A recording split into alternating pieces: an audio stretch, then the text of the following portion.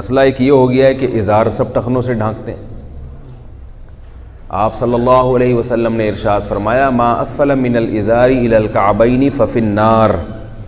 ازار شلوار جو بھی ہم لباس پہنتے ہیں، آپ صلی اللہ علیہ وسلم نے فرمایا کہ جو حصہ بھی ٹخنوں سے نیچے ہوگا ففی النار، کہاں ہوگا؟ مرد کے لیے اس کی اجازت نہیں ہے کہ وہ اپنی شلوار کو، اپنے ازار کو کہاں لے کے جائے، اتنی کھینچ لے کہ وہ ٹخنوں سے نیچے. میں نے ایک مرتبہ سعودی عرب میں ایک صاحب کو دیکھا، ایک عربی کو دیکھا کہ ان کا جبہ ٹخنوں سے اوپر تھا، سمجھ رہے؟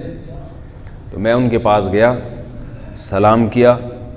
میں نے کہا کہ ماشاءاللہ بڑے دنوں کے بعد مکہ میں کوئی ایسا آدمی نظر آیا ہے جو اس حدیث پر عمل کر رہا ہے کہ ازار ٹخنوں سے اوپر رکھو.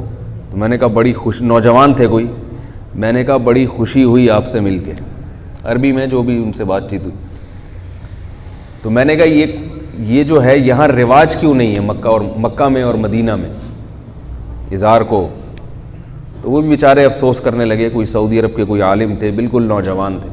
تو پرہیزگار لوگ ہر جگہ ہوتے ہیں، لیکن عربوں کی ان چیزوں کو دیکھ دیکھ کے پاکستانی بھی کیا ہو رہے ہیں، معاملہ ان کا بھی کیا ہو رہا ہے، خراب. ایک صاحب کہنے لگے یار یہ داڑھی اتنی ضروری ہوتی اور لباس میں یہ اس کا خیال اتنا ضروری ہوتا تو سعودی عرب میں تو ہمیں نظر نہیں آتا. تو بھائی بات اصل تو کیا ہے، قرآن و سنت ہے نا جس کو ہم نے فالو کرنا ہے، اللہ اس کے رسول کے احکامات کو فالو کرنا ہے. تو اللہ اس کے رسول کے احکامات کو جو بھی فالو کرے گا ہم اس کو فالو کریں گے، چاہے وہ مکہ میں رہتا ہو چاہے وہ امریکہ میں رہتا ہو. اور اگر کوئی اللہ اس کے رسول کے کسی حکم کو فالو نہیں کر رہا تو چاہے وہ مکہ میں رہے چاہے وہ امریکہ میں رہے، ہم نے اس کو فالو بولو نا بھائی نہیں کرنا. تو اپنے لباس کو بھی درست کرنے کی کوشش کریں. آج کل ایک نیا فتویٰ بھی مارکیٹ میں آیا ہوا ہے کہ پینٹ کو فولڈ نہیں کرنا. سمجھ میں آ رہی ہے بات؟ شلوار کو موڑنا نہیں ہے. نہیں سنا میرا خیال ہے آپ لوگوں نے یہ فتویٰ کہ بھئی موڑنا نہیں ہے شلوار کو.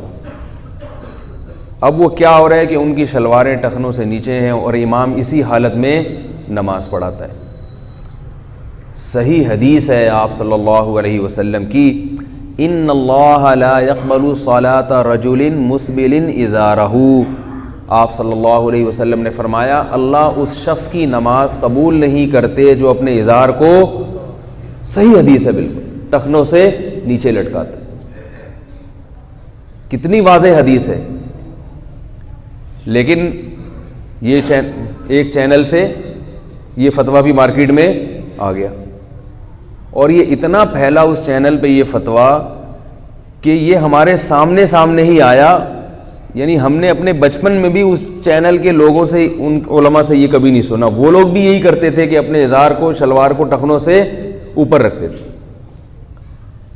تو بجائے اس کے بھائی ماحول کے لحاظ سے اپنے آپ کو تبدیل کرو اسلام کے مطابق، ہم نے اسلام کو ماحول کے حساب سے تبدیل کرنا شروع کر دیا. اگر آپ کو شرم آ رہی ہے شلوار ٹخنوں سے اٹھاتے ہوئے یا پینٹ کو فولڈ کرتے ہوئے تو آپ بولو کہ اللہ تعالیٰ سے دعا مانگو، اللہ مجھے ہمت دے، ماحول معاشرے سے مقابلے کی توفیق عطا فرمائے.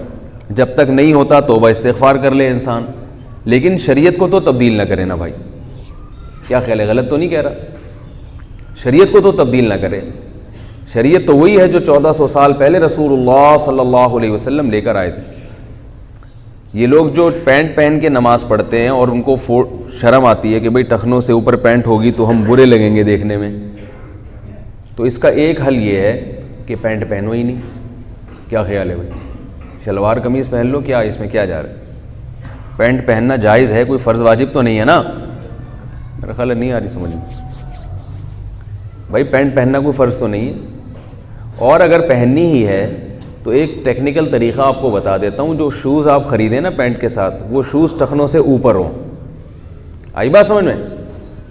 تو پھر جب اوپر سے پینٹ آئے گی تو وہ نیچے آپ کے ٹخنے کھلے ہوئے نظر نہیں آئیں گے. شریعت پر عمل بھی ہو جائے گا اور دیکھنے میں آپ کے خیال کے مطابق عجیب سے بھی نہیں لگیں گے آپ کے خیال. ورنہ آدمی شریعت پر عمل کر کے عجیب سا نہیں لگتا، جو شریعت پر عمل نہ کر رہا ہو وہ عجیب سا ہوتا ہے. لیکن ماحول چینج ہو گیا نا، تو جو کر رہا ہے وہ برا لگ رہا ہے. اس کی مثال ہمارے حضرت دیا کرتے تھے کہ اگر کسی علاقے میں سب لوگوں کی ناک کٹ جائے، کوئی حادثہ ہوا، تو اس علاقے میں جو ناک والا آئے گا وہ شرمندہ ہوگا. لوگ اسے کہیں گے یہ منہ پہ کیا لگایا بھائی یوں کر کے تم نے، کہیں گے نا اس کو ابھی یہ کیا لگایا بھائی، لوگ کہیں گے ناکو آ گیا ناکو. تو وہ بیوقوف اس کو چاہیے کہ وہ لوگوں کو کہے بھائی تم لوگوں کی ناک کٹی ہوئی ہے، تم ناکیں لگواؤ. لیکن وہ بیوقوف اگر ماحول سے متاثر ہو اور کہے یار سب کی کٹی ہوئی میری عجیب سی نوک لگ رہی ہے، اپنی ہی کاٹ ڈالے، تو بیوقوف ہوگا کہ نہیں ہوگا؟ عورت کو حکم دیا ہے کہ وہ اپنی چادر کو، اپنی شلوار کو زمین تک گھسیٹے. آپ صلی اللہ علیہ وسلم نے تو یہاں تک ترغیب دی کہ عورت جو برقع پہنے، چادر پہنے، تو وہ ایک بالش زمین سے گھسٹتی ہوئی جائے. واجب نہیں ہے مگر سنت ہے.